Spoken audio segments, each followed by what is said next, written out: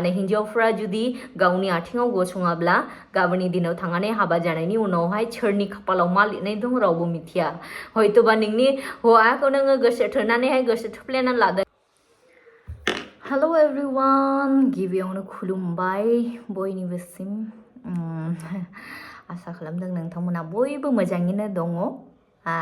आंबो गेजेरमाखौहाय बयबो मिथिगौ आंनि माने शरीरा एफाबां मोजां नङामोन तो दा जथेस्थ इमप्रुभ जाबाय तो शरीराबो एसे मोजां मोनसिनदों सिगांनिफ्राय तो नोंथांमोनजोंहाय आङो गोबाव समसिमोन भिडिअआवहाय नुजाफैया आंनि बे मोनसे चेनेलावहाय तो बेनि जुनैनो आं सानबाय दिनैहाय नोंथांमोनजोंहाय नुजाफैनो होननानैहाय ओमफ्रायहाय तो बेजों लोगोसे आं मोनसे इनफरमेशन बेनो होनो गोसो जायो सोरबाफोर जुदि जायफ्रा मने करो नार्सिं फरायदों बा नार्सिं फरायनानै दङ बा फरायनो गोसो नोंथांमोननि थाखाय गुड अपरचुनिटी दानो नै नर्सेट एग्जामिनेशननि फर्म फिलआप सोलिगासिनो दङ जायफ्रा एम्स बादि हस्पिटालफ्रावहाय गिदिर गिदिर हस्पिटाल सेन्ट्रेल हस्पिटालफ्रावहाय मावनो गोसो ESI बादि हस्पिटालफ्रावहाय मावनो गोसो तो नोंथांमोना जायफ्रा सिख्लाफोर बा सेंग्राफोर ना दिनै गाबोन मेल एन्ड फिमेल बोथ माने जेन्डारनि गुनैहाय नार्सिं फरायनायनि स्कपमा एभेलेबल तो जायफ्रा GNM फरायनानै दङ GNM फरायनायफोरनि थाखायहाय खिन्थु एक्सपिरियेन्सनि मास दरकार दङ इभेन BSc पोस्ट BSc फरायनायफोरनि थाखायबो एक्सपिरियेन्सनि दरकार दङ खिन्थु एसे भेरिएसन जायो बेवहाय तो बेनो आरो जायफ्रा GNM खालामनानै दङ 3 years एक्सपिरियेन्स दङ मा होनो more than 50 bedded हस्पिटालावहाय मावनायनि तो एप्लाइ खालामनो हागौ मानो होननानै बुङोब्ला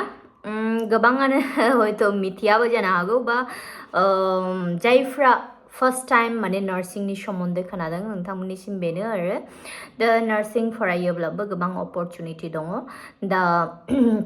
गभर्नमेन्टआवहाय मावनायनि प्राइभेटनाव माने प्राइभेट सेक्टराव गभर्नमेन्ट सेक्टराव मावनायनि गोबां अपरचुनिटी दङ खारन बे मोनसे ओरैबायदि प्रफेशन जि प्रफेशना नोङो आफ्टर नों जेब्ला बे कोर्स बा बे डिप्लोमा मा होनो डिग्री बे डिग्रीफोरखौ मास्टार्सफोरखौ खालामनायनि उनावहाय नोंनि लाइफआ नोङो जस्ट ओरैनो जिरायनानै नोङो थानांनाय नङा एटलिस्ट नों जुदि वान्स बे माने डिग्रीफोरखौहाय कमप्लिट खालामोब्ला नोङो रेजिस्ट्रेशन मोननायनि परेनो नोङो प्राइभेटफ्रावबो प्रेक्टिस खालामनो हायो प्राइभेट हस्पिटालफ्रावबो इभेन स्टार्टिंआवहाय इन्टार्नशिप पिरियडनावहाय खुबि खम लाबो बेतना उनावहाय एक्सपिरियेन्सनि हिसाबैहाय बेतनफोरखौहाय होनाय जायो तो माने मोजाङैनो सेलारिफोरखौ मोनो गिदिर गिदिर हस्पिटालफ्रावहाय प्राइभेटनावहायबो एन्ड गभर्नमेन्ट अपरचुनिटियालाय दंखायो साथे लोगोसे ओमफ्राय सेन्ट्रेलावहायबो एप्लाइ खालामनो हायो सेन्ट्रेलावहाय मस्टलि गोबां जायफ्रा मावो बा जायफ्रा फरायखानायनि बिसोरो हयथ' मिथिखायो सेन्ट्रेलफ्रावहाय बेसेबां सेलारि आरोना तो स्टेट गभर्नमेन्टनिफ्रायबो सेन्ट्रेल गभर्नमेन्टनि एमप्लयारफोरनि सेलारिया खुबि बेसि जायो तो जायफ्रा GNM BSc पोस्ट BSc खालामनानै दङ एक्सपिरियेन्स जाबाय तो एप्लाइ खालामनो हानाय आरो जायफ्रा सानो जे माने क्लास 11 क्लास 10 क्लास 12फ्रावहाय फरायदों नेक्स्ट नार्सिं फरायनो सानो तो हयतोबा सोरबाया जुदि सानो जे प्रसेसा मा नार्सिं फरायनायनि प्रसेसा मा तो बेनो जाहैबाय एटलिस्ट नों हायार सेकेन्डारिखौहाय पास खालामनाङा हायार सेकेन्डारि एलं विथ गुड मार्क्सबो पार्सेन्टेजबो नांगौ ओमफ्रायहाय बेजों लोगोसे नों जुदि आर्ट्स बा कमार्स जेखुनु जों गुबुन साबजेक्ट लानानैहाय जुदि नों फरायदोंब्ला तो नोंने फार्स्ट अफ अल नोङो ANM बा GNM खौ नों खालामग्रोनो हानाय देन उनावहाय नोङो हायार डिग्रीखौहाय नों आरोबाव खालामनो हाबावनाय बाट जायफ्रा अलरेडिनो क्लास 11 12आवहाय साइन्स स्ट्रिम लानानै फरायो तो बिसोरनि उनावहाय अपरचुनिटिया बेनो जाहैबाय डाइरेक्टनो बिएससि नार्सिंखौ खालामनो हायो तो बिएससि नार्सिं खालामनायनि उनावहाय डाइरेक्टनो बिएससि नार्सिं खालामनायनि उनावहाय मास्टनो साइन्स फरायग्रोनाया दरकार आरो बाकी जुदि नोङो आर्ट्स बा आर्ट्स कमार्स लानायनिब्ला जिएनएम आइएनएम खालामग्रोनानैसो उनावहाय हायार स्टाडि खालामनांगौ तो बेजोंनो लोगोसे आरो मोनसे फंसे आरोखि गोसोनि खोथा बुंनो सानबाय नोंथांमोनजों बेनो जाहैबाय तो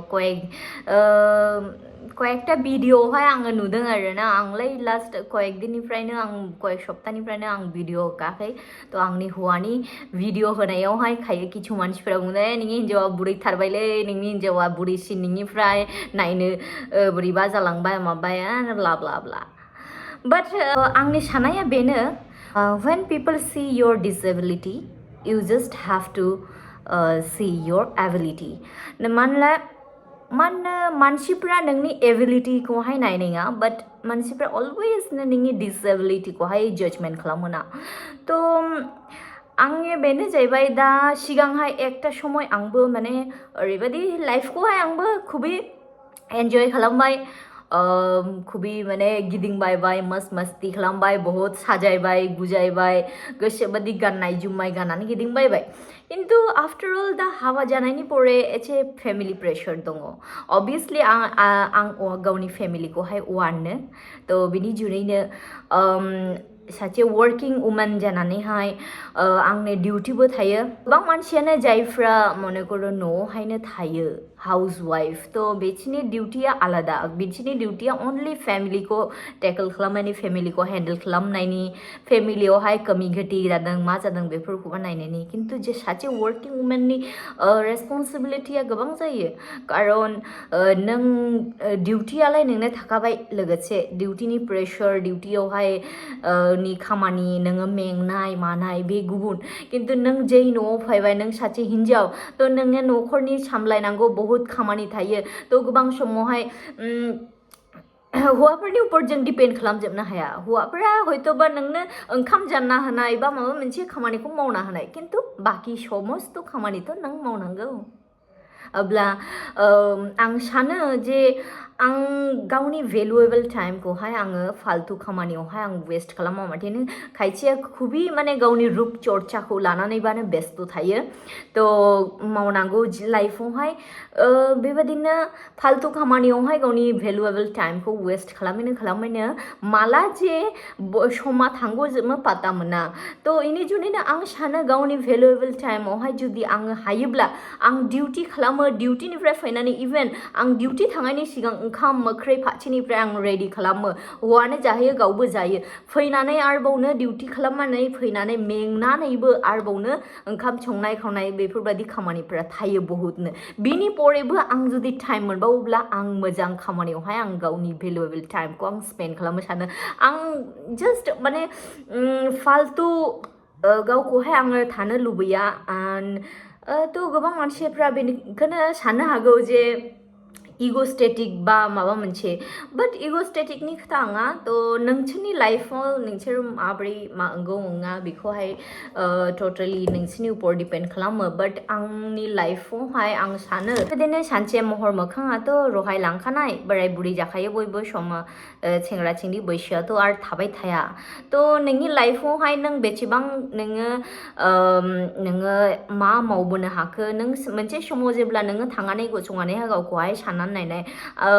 मा मावखो आं आंनि लाइफआवहाय तो जुदि जोङो वेस्ट अफ टाइम जोंनि लाइफफोरखौहाय जुदि जोङो फाल्तुआवहायनो जुदि वेस्ट खालामोब्ला मोनसे टाइमावहाय जों थांनानैहाय गावखौनो गाव रिग्रेट जायो आरोना जे मा खालामखो लाइफआवहाय तो एटलिस्ट आं बे जिनिसखौ जाहाथे फिल खालामा बिनि जुनैनो आङो गावनि रुप चर्चा बानो बेखौबानो खालामनानै आङो माबानो इसोरा जे रुप रं होदों बेखौ लानानै आं सन्तुष्ट